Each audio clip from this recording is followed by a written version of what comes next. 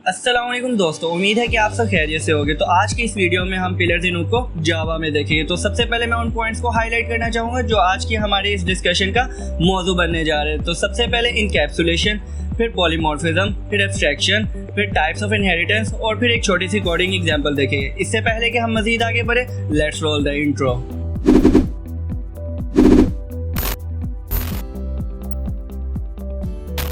तो व्यूअर्स, हमारे इस चैनल कोड स्टूडियो को बनाने का मकसद क्वालिटी कंप्यूटर साइंस कंटेंट को उर्दू ज़बान में लोगों तक पहुंचाना है ताकि मेड इन पाकिस्तान की तरह लर्न इन पाकिस्तान का भी रुझान पैदा हो सके। तो अगर आपने अभी तक हमारे चैनल को सब्सक्राइब नहीं किया तो इसे सब्सक्राइब करें ताकि हमारी आइंदा के इसी तरह के ट्यूटोरियल्स भी आपको मिलते रहें। Okay, welcome back guys. तो सबसे पहले हम जो हमारी डिस्कशन का आज मेन पॉइंट है वो पिलर्स इन ऊप है। तो बेसिकली ऊप के 4 पिलर्स होते हैं। तो सबसे पहला वो जो पिलर आता है वो इनकैप्सुलेशन आ जाता है, उसके बाद पॉलीमॉर्फिज्म आ जाता है, फिर एब्स्ट्रैक्शन आ जाता है, उसके बाद इनहेरिटेंस आ जाता है। आप इस पिक्चर के अंदर देख सकते हैं कि ये 4 पिलर्स हैं और इनकी अहमियत का अंदाज़ा आपको यहाँ से हो सकता है कि इसके ऊपर पूरी की पूरी ऑब्जेक्ट ओरिएंटेड प्रोग्रामिंग की इमारत खड़ी हुई है। तो इन पॉइंट्स को डिस्कस करना बहुत ही ज़रूरी है ऑब्जेक्ट ओरिएंटेड प्रोग्रामिंग के तालिब इल्म होने के लिहाज से। तो सबसे पहले हम इनकैप्सुलेशन को देखते हैं। तो इनकैप्सुलेशन का सबसे पहले जो है वो एक आपको जो इसका मीनिंग है उसका अंदाज़ा होना चाहिए। इसका मतलब है सिंपल डाटा हाइडिंग। अब डाटा हाइडिंग की क्यों ज़रूरत महसूस हुई? हमने अपनी क्लासेस के शुरू में इस बात को डिस्कस किया था कि जो हमारी क्लासेस और ऑब्जेक्ट होते हैं वो रियल वर्ल्ड एंटिटी को रिप्रेजेंट करते हैं। और जब हम रियल वर्ल्ड एंटिटी की बात करते हैं तो उसमें ह्यूमन आ जाता है, उसमें एम्प्लॉय आ जाता है जिसका डाटा सेंसिटिव हो सकता है, क्रिटिकल होता है।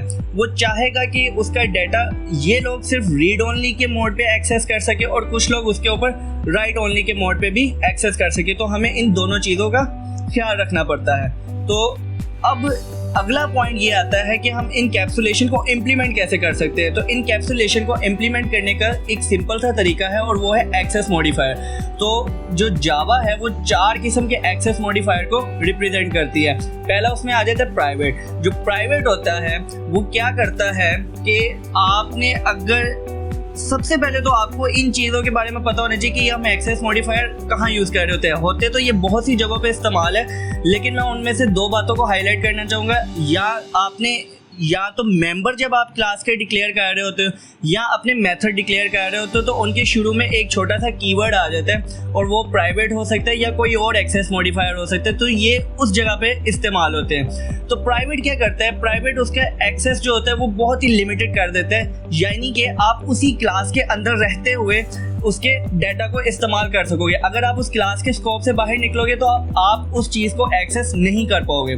फिर आ जाता है पब्लिक। अगर आपने किसी डाटा मेंबर को पब्लिक से डिक्लेयर किया है तो इसका फ़ायदा ये होगा कि आप किसी भी जगह पे जाकर, आप कहीं भी जाकर उस मेंबर को एक्सेस कर पाओगे विदाउट एनी रिस्ट्रिक्शन।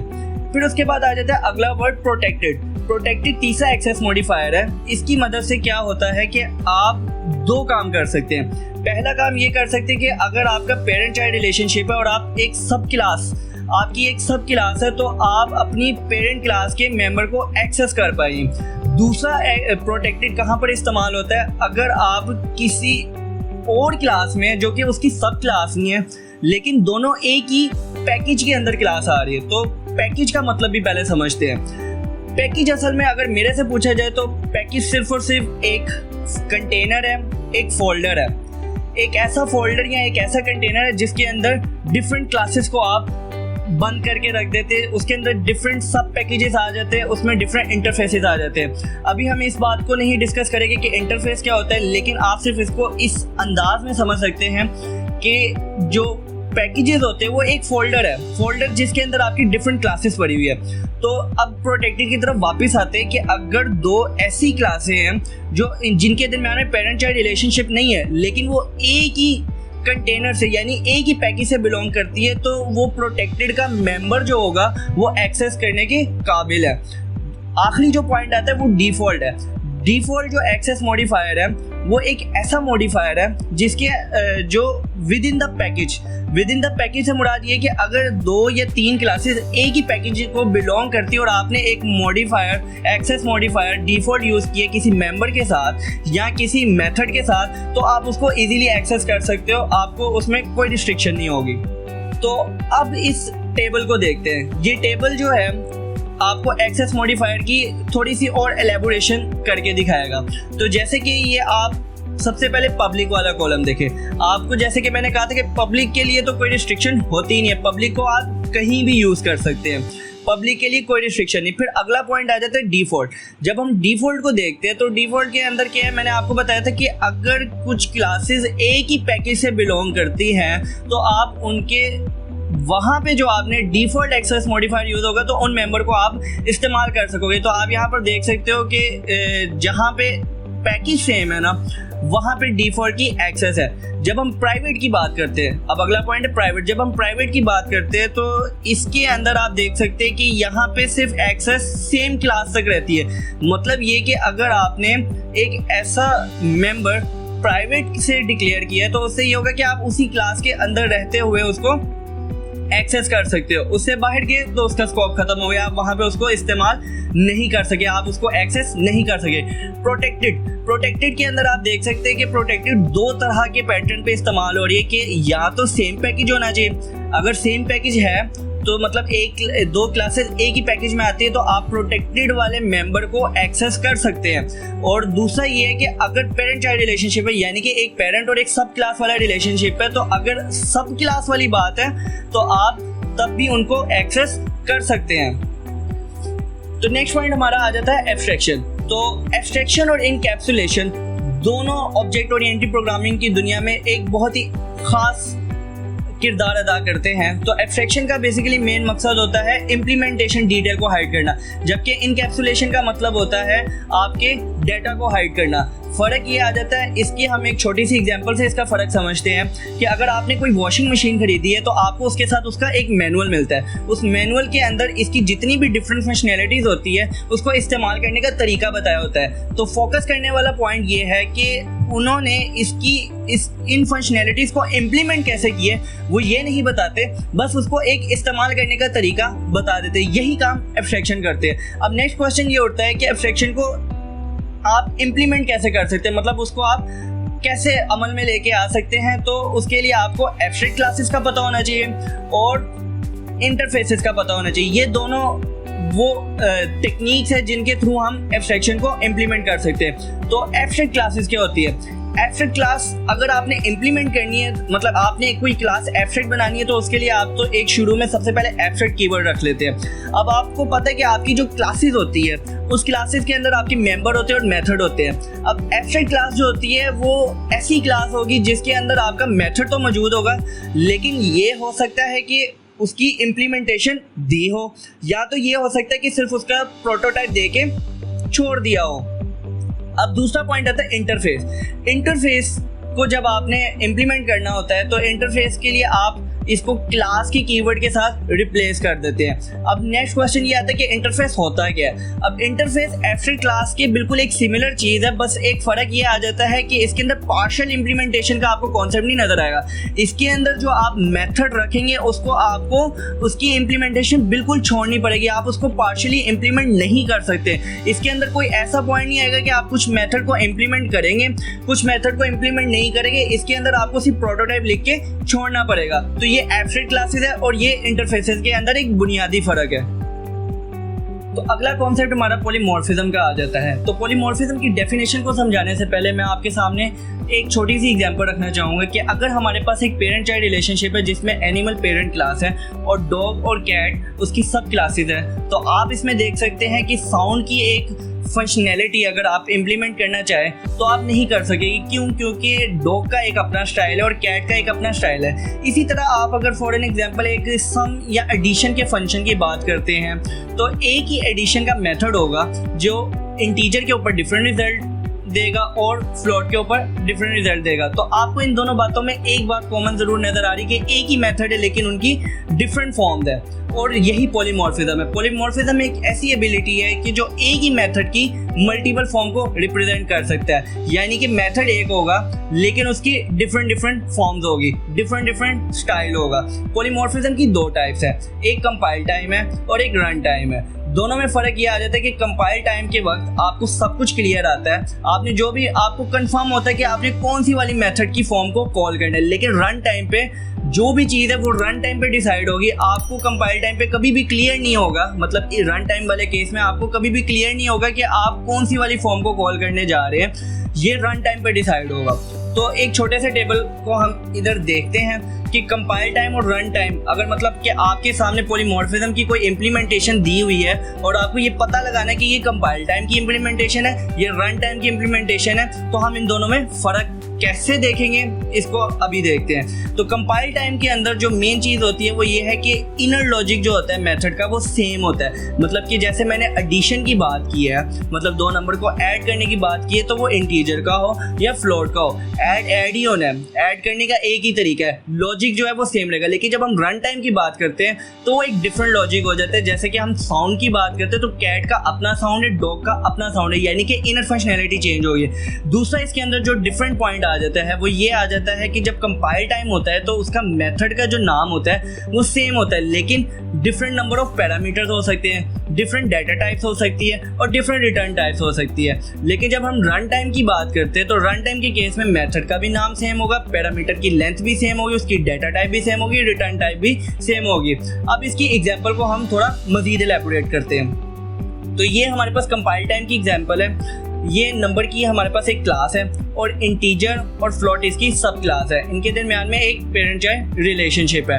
तो नंबर के पास एक ऐड का मेथड है, जैसे कि मैंने बात की है, इसके पास ऐड का मेथड है, और अब इंटीजर की जो क्लास है वो इसी ऐड के मेथड को ओवरलोड कर रही है। इसी तरीके से फ्लोट की जो क्लास है वो भी इस मेथड को ओवरलोड कर रही है। तो अब आप इसके अंदर देख सकते हैं कि जो कंपाइल टाइम में मैंने बताया, कंपाइल टाइम में ये फ़र्क आ सकता है कि इनर फंक्शनैलिटी सेम होगी, यानी कि हर एक की जो एडिशन का तरीका होगा वो सेम होगा। एडिशन तो करने का तरीका चेंज नहीं हो सकता। फ़र्क कहाँ पे आएगा, आप देख सकते हैं कि नंबर वाले ऐड के अंदर पैरामीटर की तादाद में फ़र्क है, इंटीजर वाले में 2 आ जाती है, फ्लोट के अंदर डाटा टाइप ही चेंज होगी और रिटर्न टाइप ही चेंज होगी। तो ये कंपाइल टाइम के अंदर फ़र्क आ जाता है। अब रन टाइम की तरफ बढ़ते हैं। रन टाइम में हमारे पास एनिमल एक क्लास है, कैट एक क्लास है और डॉग एक क्लास है जो एनिमल की सब क्लासेज है। इनके दरमियान में एक पेरेंट चाइल्ड रिलेशनशिप है। अब एनिमल के पास एक साउंड का मेथड पड़ा हुआ है, तो कैट क्या करेगी, वो भी इसको अपने तरीके से ओवरराइड करेगी, डॉग भी जो है वो इसको अपने तरीके से ओवरराइड करेगा। फ़र्क क्या आएगा, फ़र्क आप देख सकते हैं कि दोनों का name, return type, parameter, length सब कुछ सेम है। फ़र्क क्या आएगा, तीनों की एनिमल पे आप इम्प्लीमेंटेशन नहीं डिसाइड कर सकते, क्योंकि एनिमल जो है वो एक ब्रॉडर चीज़ है, आप उस वहाँ पे क्लियर नहीं है, आपका वहाँ पे नॉलेज वेग है, वहाँ पे आप इम्प्लीमेंटेशन नहीं डिसाइड कर सकते। कैट एक स्पेसिफिक है, डॉग एक स्पेसिफिक चीज़ है, यहाँ पे आप डिसाइड कर सकते हो और इन दोनों का इनर लॉजिक सेम होगा। तो कंपाइल टाइम और रन टाइम में यही फ़र्क आ जाता है कि कंपाइल टाइम में इनर लॉजिक जो होता है वो सेम होता है, इनर लॉजिक सेम होता है। रन टाइम में जो इनर लॉजिक है वो डिफरेंट होता है। मैंने शायद पहले गलत कह दिए, जो रन टाइम पे होता है वो इनर लॉजिक डिफरेंट होता है और कंपाइल टाइम पे इनर लॉजिक सेम होता है। तो अगला पॉइंट हमारा टाइप्स ऑफ इनहेरिटेंस आ जाता है। तो सबसे पहले मैं आपको ये बताना चाहूँगा कि इनहेरिटेंस जो होती है वो पिलर्स के अंदर भी आ जाती है और इनहेरिटेंस रिलेशनशिप्स में भी आ जाती है। तो ये इनहेरिटेंस जो है वो इन दोनों में कॉमन है। तो यहाँ पे मैं इनहेरिटेंस को एज सच एक्सप्लेनेशन नहीं इसकी देना चाह रहा, क्योंकि ये मैं अपनी पुरानी वीडियो में एक्सप्लेन कर चुका हूँ। आपको यहाँ पे सजेशन नज़र आ गया होगा, आप वहाँ पे उस वीडियो में इसकी कंप्लीट एक्सप्लेनेशन देख सकते हैं। यहाँ पे मैं इसकी टाइप्स को डिस्कस करूँगा। तो इनहेरिटेंस की 3 तरह की टाइप है। पहली जो आती है वो सिंगल लेवल इनहेरिटेंस है। सिंगल लेवल इनहेरिटेंस में क्या होता है कि आपके पास 2 क्लासेस होती है और एक क्लास ने दूसरी क्लास को एक्सटेंड कर दिया, जैसे कि यहाँ पे बी ने ए को एक्सटेंड कर दिया। दूसरी टाइप आ जाती है मल्टी लेवल इनहेरिटेंस, यानी कि यहाँ पे 2 से ज़्यादा क्लास होगी और पैटर्न क्या होगा कि एक क्लास अपनी अपर क्लास को एक्सटेंड करती है, फिर एक और क्लास होगी वो उससे नीचे वाली क्लास को एक्सटेंड करती है एंड सो ऑन। जैसे कि यहाँ पे बी ने ए को एक्सटेंड किया और सी ने ए को नहीं बी को एक्सटेंड किया। और थर्ड हमारे पास जो टाइप आ जाती है वो हिरारिकल इनहेरिटेंस आ जाती है। जो हिरारिकल इनहेरिटेंस है उसके अंदर क्या होता है कि आपको एक ट्री लाइक स्ट्रक्चर नज़र आता है, यानी कि आपके पास डिफरेंट क्लासेस होती है, एक पेरेंट क्लास होगी और उसकी मल्टीपल चाइल्ड क्लासेस होगी। जैसे कि आप यहाँ पे देख सकते हैं बी ने ए को एक्सटेंड किया और सी ने भी ए को एक्सटेंड किया है। ओके, तो अब हम प्रोग्रामिंग की तरफ बढ़ते हैं कि हमें पता चल सके कि जो कुछ भी अभी हमने सीखा है हम उसको प्रोग्रामिंग की नुक्ता नज़र से देख सकें।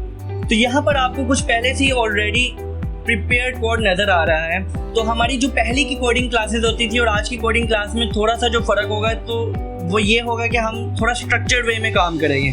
पहले हम क्या करते थे, पहले हम ये करते थे कि इसी के नीचे हम डिफरेंट क्लासेस बनाना शुरू कर देते थे ऐसे करके, लेकिन जब हमने बड़े लेवल पे काम करना होता है तो हम हर जो डिफरेंट क्लास होती है उसकी एक अलग से जावा फाइल बना देते हैं और वहाँ पे उसकी इम्प्लीमेंटेशन देते हैं। तो इसको बनाने का तरीका सिंपल सा होता है कि आप यहाँ पे न्यू करके जावा क्लास में जाते हैं और यहाँ पे उसका नाम लिखते हैं, कोई टेस्ट नाम की क्लास बना देते हैं और इस तरीके से आप जावा की एक क्लास बना देते हैं। इसको मैं फ़िलहाल डिलीट कर रहा हूँ। तो इस तरीके से आप डिफरेंट क्लासेस में जाके उस क्लास की इम्प्लीमेंटेशन उसी तक रखते हैं, जिससे आपका जो कोड होता है आपको बाद में मेंटेन करने में आसानी होगी, आपको रीड करने में आसानी होगी।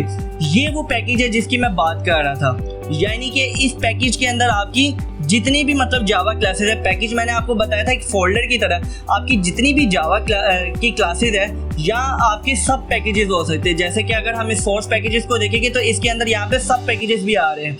तो यही वो तरीका है, वो ये है कि आप पैकेज के अंदर आपकी जो है क्लासेस आ जाती है। तो अब हम अपने पहले कॉन्सेप्ट की तरफ बढ़ते हैं और पहला कॉन्सेप्ट है इनकैप्सुलेशन। तो जैसे कि यहाँ पे मैंने आपके सामने एक क्लास बनाई है जिसका नाम ए है। आप ये देख सकते हैं कि इसके अंदर मैंने 4 मेंबर बनाए हैं। पहला मेंबर जो है वो प्राइवेट है, दूसरा पब्लिक है, तीसरा प्रोटेक्टेड और चौथा डिफ़ॉल्ट है। डिफ़ॉल्ट के लिए डिफ़ॉल्ट का कीवर्ड लिखना नहीं पड़ता, वो बाय डिफ़ॉल्ट ही होता है। तो या इसको थोड़ा सा हम इम्प्लीमेंट करके देख लेते हैं कि जैसे कि मैंने बताया था कि जो प्राइवेट का कीवर्ड होता है, जैसे कि यहाँ पे मैं बनाता हूँ पब्लिक वॉइड टेस्ट का एक मेथड बनाता हूँ। तो आप देखेंगे यहाँ पे कि मैं दिस डॉट ए को एक्सेस कर सकते हो, ये प्राइवेट है। प्राइवेट को एक्सेस करने के लिए आपको उसी क्लास के स्कोप में रहना पड़ेगा। अगर मैं इसको अगर दूसरी क्लास में जाके एक्सेस करने की कोशिश करूं, यानी कि मैं बी की क्लास में जाके इसको एक्सेस करने की कोशिश करूं, जैसे कि मतलब मैं फॉर एन एग्जांपल यहाँ पे एक टेस्ट का मेथड बनाता हूं और मैं यहाँ पे इसको एक्सेस करने की कोशिश करूं, class A is equal to new class new A. तो यहाँ पे अगर मैं इसको एक्सेस करने की कोशिश करूंगा तो ये मुझे ए नहीं दे रहा, अपना पहला मेंबर नहीं दे रहा। क्यों? क्योंकि वो प्राइवेट है, उसकी जो रिस्ट्रिक्शन है वो सेम क्लास तक है। तो यहाँ पे हमें प्राइवेट का कॉन्सेप्ट नज़र आ जाता है। दूसरा हम बात करते हैं, वापस ए की तरफ आते हैं। तो दूसरा जो हमारा मेंबर है वो बी है। बी पब्लिक है, इसको एनीवेयर आप कहीं भी इस्तेमाल कर सकते हैं, विद इन द पैकेज इस्तेमाल करें, विदाउट किसी दूसरे पैकेज में इस्तेमाल करें, सब क्लास में इस्तेमाल करें, कहीं भी इस्तेमाल करें, आप पब्लिक को इस्तेमाल कर सकते हैं। अब अगला जो वेरिएबल आ जाता है वो प्रोटेक्टेड है। तो प्रोटेक्टेड को आप या तो इसकी सब क्लासेस में इस्तेमाल कर सकते हैं। अब सब क्लासेस के अंदर हम देख सकते हैं कि फॉर एन एग्जांपल सब क्लास है तो डी को हम एक्सटेंड करते हैं ए से, और यहाँ पे अगर अब हमने एक्सटेंड किया तो आप देखेंगे कि यहाँ पे एक मेथड बना लेते हैं पब्लिक वॉइड टेस्ट। यहाँ पे आपने एक मेथड बनाया और अब आप फॉर एन एग्जांपल दिस करेंगे तो आपको नज़र आ रहा है कि सी जो कि प्रोटेक्टेड था, लेकिन अब आप उसको एक्सेस कर सकते हैं। ये वो बात थी जो प्रोटेक्टेड में कहा गया था कि आप सब क्लास के अंदर रहते हुए प्रोटेक्टेड मेंबर को एक्सेस कर सकते हैं। अब अगली चीज़ हम ये देखते हैं कि प्रोटेक्टेड सिर्फ और सिर्फ इसके अंदर नहीं, बल्कि अगर आपकी क्लास सब क्लास ना हो, यानी कि हम बी में बात करते हैं, बी उसकी सब क्लास नहीं, लेकिन ये भी प्रोटेक्टेड मेंबर को एक्सेस कर सकती है। क्यों? क्योंकि ये सेम पैकेज में है, ए और बी सेम पैकेज में है, इसलिए अगर हम यहाँ पे अगर इसको लिखने की कोशिश करेंगे तो ये हमें एक्सेस करने की इजाज़त देगा।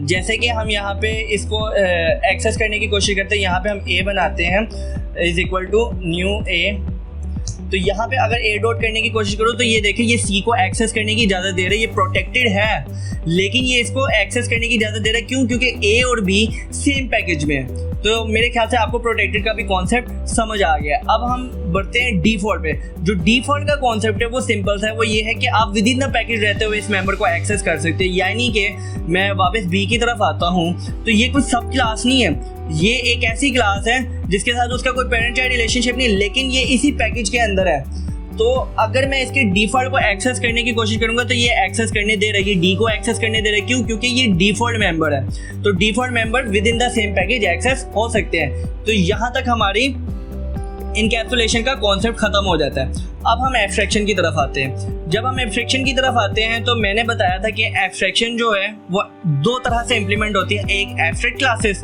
और एक इंटरफेस। तो पहले हम एब्स्ट्रैक्ट क्लास देख लें। तो एब्स्ट्रैक्ट क्लास इंप्लीमेंट करने का तरीका ये होता है कि आप यहाँ पे एक कीवर्ड ऐड कर देते हैं एब्स्ट्रैक्ट। तो जब एब्स्ट्रैक्ट यहाँ पे आप कीवर्ड ऐड कर देते हैं तो यहाँ पे आप दो तरह से इस क्लास को इस्तेमाल कर सकते हैं। या तो आप इसकी पूरी की पूरी इम्प्लीमेंटेशन दे सकते हैं, या तो आप क्या कर सकते हैं, इसको पार्शियल छोड़ सकते हैं। ये तो एब्स्ट्रैक्ट क्लास की फंक्शनैलिटी, लेकिन हमारा यहाँ पे जो मेन मकसद है वो इसको पार्शियल छोड़ना है। तो जब हम यहाँ पे इसको पार्शियल इम्प्लीमेंटेशन छोड़ेंगे तो यहाँ पे हम शुरू में एक एब्स्ट्रैक्ट कीवर्ड रखेंगे। अब ये वो चीज़ है जो मैं आपको एक मैनुअल के तौर पे बता रहा था। मतलब ये कि यूज़र के पास देखें यहाँ पे एक मैनुअल के फॉर्म में एक फंक्शनैलिटी पड़ी है और वो ये है कि टेस्ट है, आप इसको यूज़ कर सकते हो। लेकिन इसकी जो फंक्शनैलिटी है वो पता नहीं किसी और क्लास में इम्प्लीमेंट हुई पड़ी है, लेकिन यूज़र को ये नज़र नहीं आएगी। यूज़र को सिर्फ और सिर्फ एक प्रोटोटाइप नज़र आएगा कि ये एक फंक्शनैलिटी है, इसको आप यूज़ करो। तो ये एब्स्ट्रैक्ट क्लास का कॉन्सेप्ट था। अब हम अगली कॉन्सेप्ट की तरफ बढ़ते हैं, इंटरफेस। अब जो हम इंटरफेस का कॉन्सेप्ट है वो ये है कि सिंपल सी बात है कि आप ना एब्स्ट्रैक्ट लिखते हैं ना क्लास लिखते हैं, इसको सिर्फ और सिर्फ इंटरफेस से रिप्लेस कर देते हैं। इंटरफेस का आई छोटा होता है, आप इसको इंटरफेस से रिप्लेस कर देते हैं। तो इसको रिप्लेस करने का फ़ायदा क्या होता है कि अब आप जो कुछ भी मतलब यहाँ पे फंक्शनैलिटी देंगे, तो मैंने बताया था कि यहाँ पे पार्शियल इम्प्लीमेंटेशन की गुंजाइश नहीं होती। आप यहाँ पे जो भी इम्प्लीमेंटेशन देंगे वो पब्लिक वो आपको प्रोटोटाइप देना पड़ेगा, आप उसकी इम्प्लीमेंटेशन नहीं दे सकते। यहाँ पे आप पार्शियल इम्प्लीमेंटेशन, यहाँ पे आप फुल इम्प्लीमेंटेशन नहीं दे सकते, यहाँ पे आपको सिर्फ प्रोटोटाइप देनी पड़ेगी। तो ये भी देख सकते हैं कि ये भी एक मैनुअल की तरह है कि आपके सामने सिर्फ और सिर्फ फंक्शनैलिटी पड़ी है, आपके पास इसकी इम्प्लीमेंटेशन नहीं पड़ी। इसकी इम्प्लीमेंटेशन कहीं और किसी और क्लास के अंदर पड़ी हुई है, वो हमें अभी नहीं पता, लेकिन यूज़र के सामने कभी भी इसकी इम्प्लीमेंटेशन नहीं है जिसे हम अपनी इम्प्लीमेंटेशन को हाइड कर रहे हैं। तो ठीक हो गया। तो अगला हम अपना कॉन्सेप्ट देखते हैं, टाइप्स ऑफ इनहेरिटेंस को। तो इनहेरिटेंस की भी कुछ टाइप्स हैं, उसको भी हम इम्प्लीमेंट करके देख लेते हैं। तो ये मैं इसको अंडू कर रहा हूँ। तो हाँ, तो इनहेरिटेंस की भी कुछ टाइप्स हैं, उसको भी हम जरा देख लेते हैं। तो पहली इनहेरिटेंस की टाइप जो थी वो सिंगल लेवल इनहेरिटेंस थी, यानी कि दो क्लासेस होगी, एक क्लास ने दूसरी क्लास को एक्सटेंड कर दिया। तो इस तरीके से आपने इनहेरिटेंस की सिंगल लेवल इनहेरिटेंस को इम्प्लीमेंट कर लिया।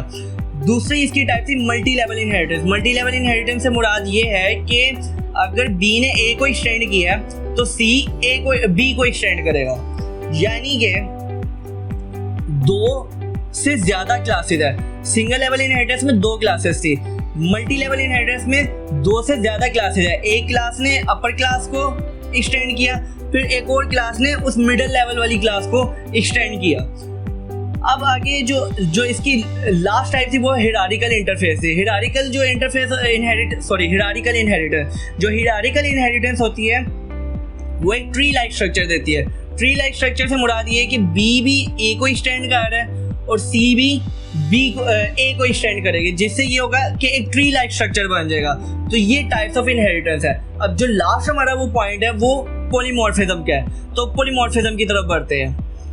तो पॉलीमॉर्फिज्म के लिए हमने जो दो एग्जांपल देखी थी हम उनको ही इंप्लीमेंट कर लेते हैं। पहले हम फंक्शन ओवरलोडिंग वाले कॉन्सेप्ट पे आते हैं, जिसके अंदर इनर लॉजिक सेम होगा। कंपाइल टाइम पॉलीमॉर्फिज्म की बात कर रहे हैं। तो नंबर हमारे पास ये एक क्लास है, यहाँ पे हम एक नंबर की हमारे पास क्लास है, यहाँ पे हम एक ऐड की फंक्शनैलिटी देते हैं जैसे हमने बात की थी integer a, integer b, integer c। तो अब आपको पता है कि ये क्लास जो होगी इसके अंदर जो इसकी फंक्शनैलिटी है इसको ये भी इम्प्लीमेंट कर सकता है। तो इसको हम यहाँ पे लिख देते हैं कि नंबर डॉट ऐड कॉल। ठीक हो गया। तो इसी चीज़ को इसकी सब क्लासेस भी अपने मुताबिक ओवरलोड कर सकती है, यानी कि उनका इनर लॉजिक सेम रहेगा। मतलब ये तो मैंने वैसे ही इसको प्रिंट करके दिखा रहा हूँ, मैं इसके अंदर एडिशन की फंक्शनैलिटी नहीं इम्प्लीमेंट कर रहा, लेकिन आपको पता है ऐड करने का मतलब a+b+c है, ये हर जगह पे सेम रहेगा। फ़र्क क्या आ जाएगा? फ़र्क पैरामीटर्स की लेंथ में आ जाएगा। जैसे कि यहाँ पे हम देखते हैं कि यहाँ पे अगर मैं पब्लिक वर्ड इसी मेथड को ओवरलोड करने की कोशिश करूँगा तो यहाँ पे इसकी फंक्शनैलिटी आ गई। अब यहाँ पे इनर लॉजिक सेम ही है, यानी कि माई इंटीजर डॉट ऐड कॉल। तो इनर जो लॉजिक है वो सेम ही है। अब फ़र्क क्या आ गया? पैरामीटर्स की लेंथ में फ़र्क आ गया। अब यही काम अगर मैं माई फ्लोट की क्लास में करने की कोशिश करता हूँ, माई फ्लोट जो है वो भी एक्सटेंड करती है नंबर को। तो अब यहाँ पे अगर मैं इसी मेथड को ओवरलोड करने की कोशिश करूँगा तो क्या होगा? यहाँ पे भी ऐड का मेथड आ जाएगा, यहाँ पे फ्लोट आ जाएगा। और फ़र्क क्या आ रहा है? फ़र्क आपके सामने सिंपल सा है, वो ये है कि अब आपके पास जो पैरामीटर था उनकी डाटा टाइप चेंज हो गई है। यानी कि कंपाइल टाइम का जो लॉजिक था वो सिंपल सा था और वो ये था कि इनर लॉजिक आपका सेम रहेगा। आपकी डाटा टाइप चेंज हो सकती है, आपकी रिटर्न टाइप चेंज हो सकती है, आपके नंबर ऑफ पैरामीटर्स चेंज हो सकते हैं। तो यहाँ पे भी हम इसको सिंपल प्रिंट आउट करके देख लेते हैं, माई फ्लोट डॉट ऐड कॉल। ठीक हो गया। तो ये हमारी सिंपल कंपाइल टाइम की इम्प्लीमेंटेशन प्रोग्रामिंग के अंदर इम्प्लीमेंट हो गया। अब यहाँ पे हम इसको एक दफ़ा रन करके देख लेते हैं। तो यहाँ पे मैं एक नंबर बनाता हूँ, इसको न्यू नंबर दे देता हूँ और यहाँ पे मैं इसको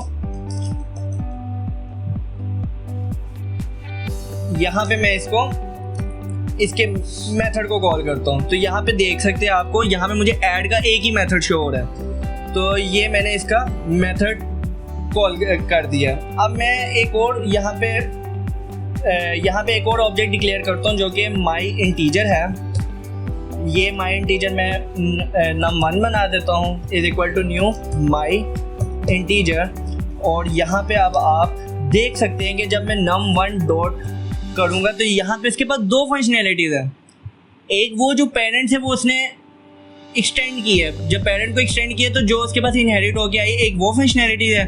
और दूसरी जो फंक्शनैलिटी वो जो इसने अपनी इम्प्लीमेंट की, अपने मुताबिक इसने चेंज की। तो आप इन दोनों में से किसी को भी एक्सेस कर सकते हो। तो ये मैंने इसकी दूसरी वाली एक्सेस कर लिया। और फिर यहाँ पे एक और मैं बनाता हूँ, my float num2 is equal to new my float.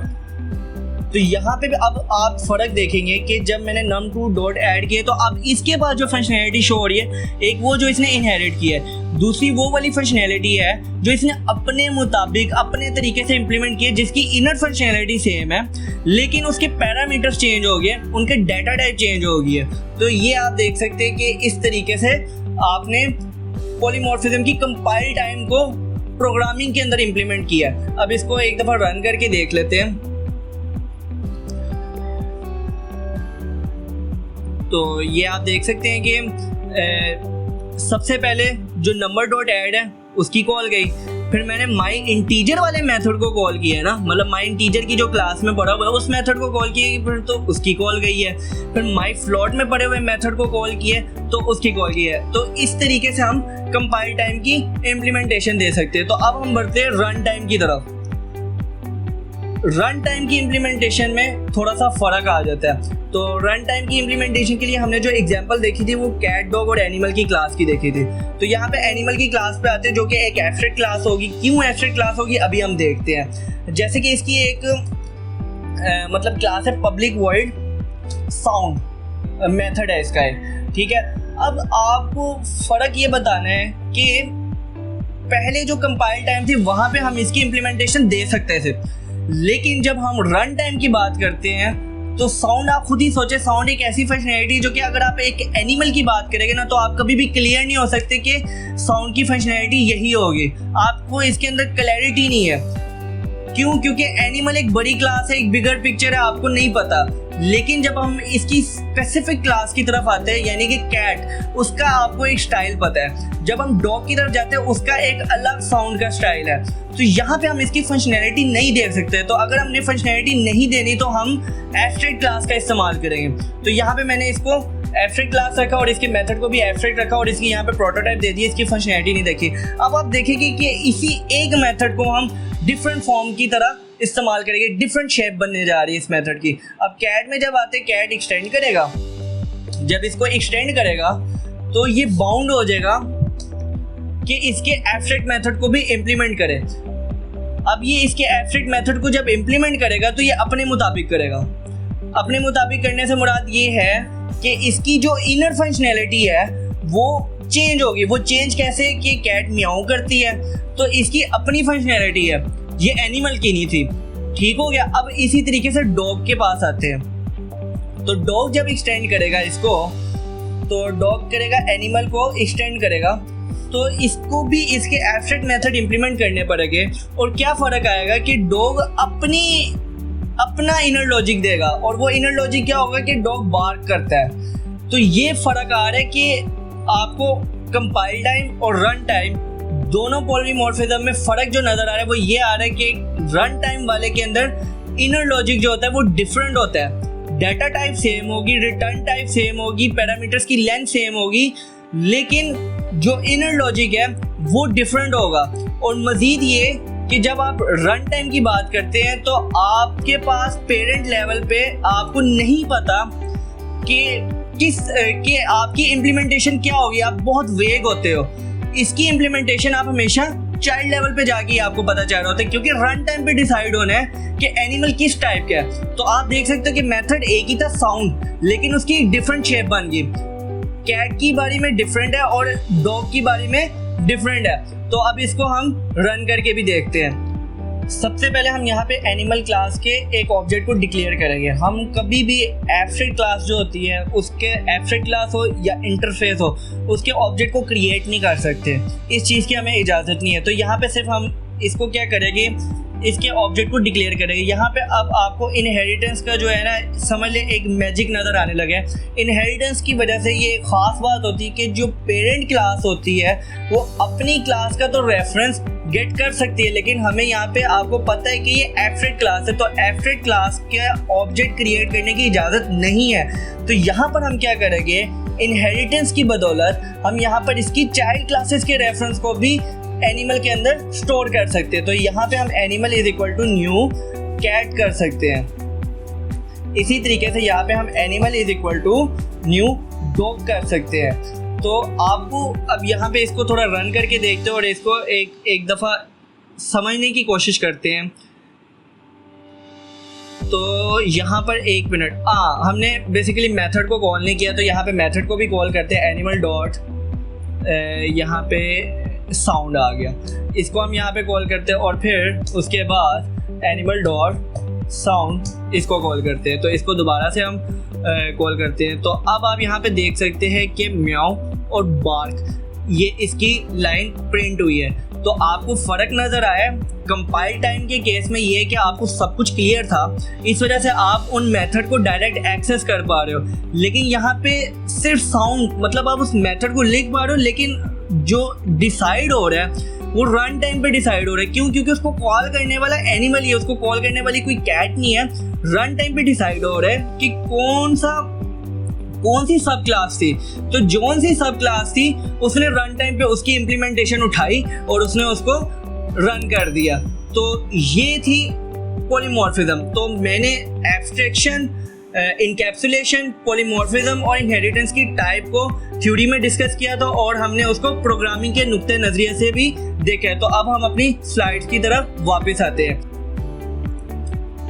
Thank you. अगर आपका कोई भी क्वेश्चन है तो कमेंट सेक्शन में बता सकते हैं, और अगर आपको वीडियो पसंद आई है तो प्लीज़ लाइक करें, शेयर करें, सब्सक्राइब करें और बेल आइकन को रगड़ के रख दें। तो आपसे मुलाकात होगी हमारी नेक्स्ट वीडियो में। तब तक के लिए अल्लाह हाफिज़।